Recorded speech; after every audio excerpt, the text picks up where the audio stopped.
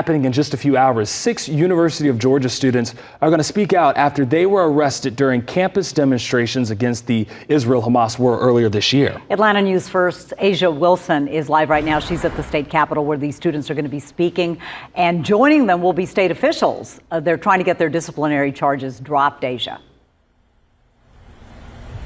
You're exactly right. And those 6 students say they had a right to protest, adding that none of their actions interrupted any academic activities. It's the reason why, as you mentioned, they, along with Georgia lawmakers, will be holding a press conference today where they'll be speaking out, demanding some answers there. Now, in addition to those students, the Georgia chapter of the Council on American Islamic Relations, alumni, Georgia elected officials, and even some university faculty will be speaking during that press conference. Now, this all stems from an encampment on campus where 25 people gathered to protest against the Israel-Hamas war. 16 of them were arrested. 6 of those students received disciplinary charges, but were also suspended from the university through this semester.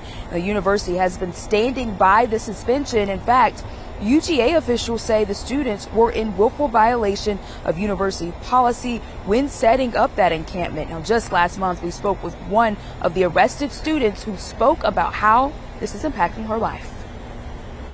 I lost the chance to graduate with the class of 2024, which was hard, but I would be lying if I said I feel sorry for myself, just because there are thousands of students in Gaza right now who will never live to see graduation. I will be a much, much less proud graduate of the University of Georgia had none of this occurred.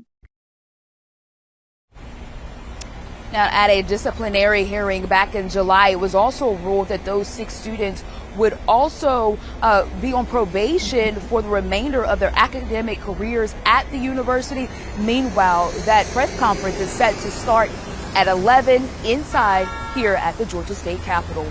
We're live from the Georgia State Capitol this morning. Asia Wilson, Atlanta News First.